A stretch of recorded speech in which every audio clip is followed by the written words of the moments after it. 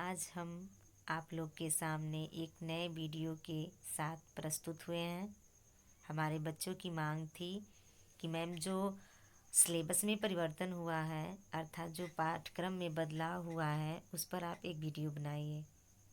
तो हम बच्चों के आग्रह पर वीडियो बनाने का प्रयास किया है। तो चलिए देखते हैं।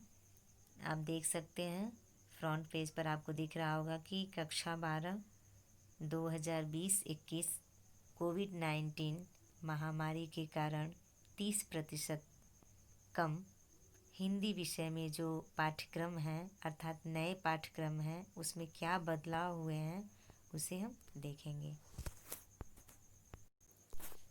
आप देख सकते हैं लिखा हुआ है हिंदी कक्षा 12 अर्थात यह 12वीं क्लास के बच्चों का है, लेकिन जो साहित्यिक हिंदी पढ़ते हैं उनके लिए है। जो सामान्य हिंदी पढ़ते हैं उनके लिए वीडियो नहीं है। ठीक है, साहित्यिक और सामान्य हिंदी के सिलेबस में काफ़ी अंतर होता है। ठीक है ना।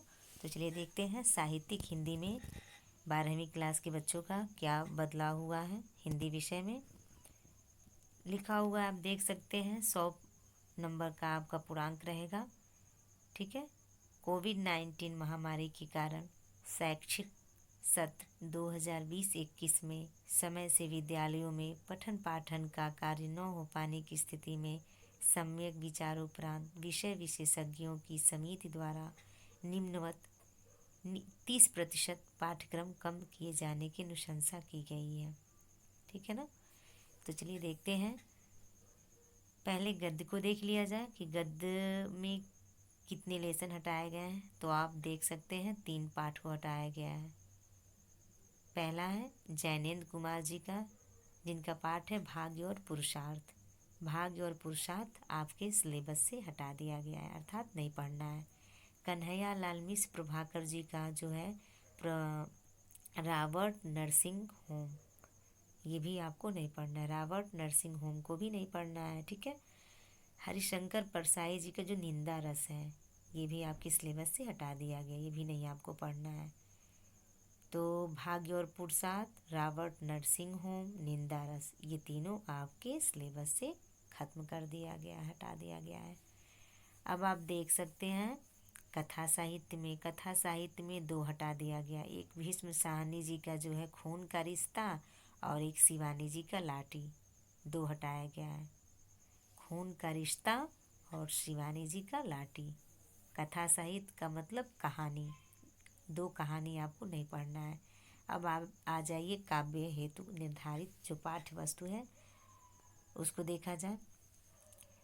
जगन्नाथ दास रत्नाकर जी द्वारा रचित जो उद्धव प्रसंग है हटा दिया गया है। गंगा अवतरण ये भी हटा दिया गया। उद्धव प्रसंग, गंगा अवतरण ये आपको नहीं पढ़ना है।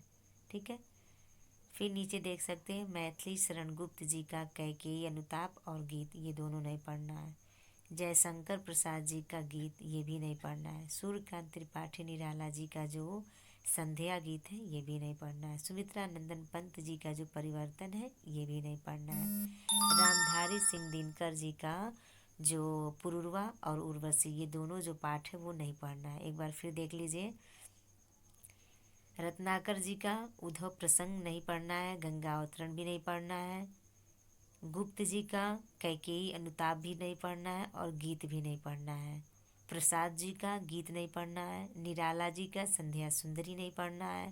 पंत जी का परिवर्तन नहीं पढ़ना है। रामधारी सिंह दिनकर जी का पुरुरवा नहीं पढ़ना है और उर्वशी नहीं पढ़ना है। ठीक है, क्लियर हो गए आप। देख सकते हैं आपके 6 पाठ को हटा दिया गया, यानी कि 6 कवियों की रचनाओं को हटा दिया गया है। अब आप आ जाइए अनिवार्य जो संस्कृत है अर्थात संस्कृत दिग्दर्शिका में देखा जाए, देख सकते हैं जातक कथा को हटाया गया है। ठीक है, नृपत दिलीपह को हटा दिया गया है। 2 पाठ हटा दिया गया है। तो ये तो थे आपके हिंदी विषय के पाठ्यक्रम जो परिवर्तन हुए हैं अर्थात जो कम किए गए हैं। जितना यानी इसको छोड़ करके रुकिए, हम चिन्हित इसको कर दे रहे, चिन्हित कर देंगे तो और अच्छे से क्लियर हो जा। आप देख सकते हैं कि यहाँ पर जो क्रॉस किया गया है वो आपके पाठ्यक्रम से हटा दिया गया है। अर्थात कम कर दिया गया आपका 30% सिलेबस। ठीक है, तो आशा करते हैं कि आप बहुत ही अच्छे से समझ गए होंगे अपने पाठ्यक्रम को।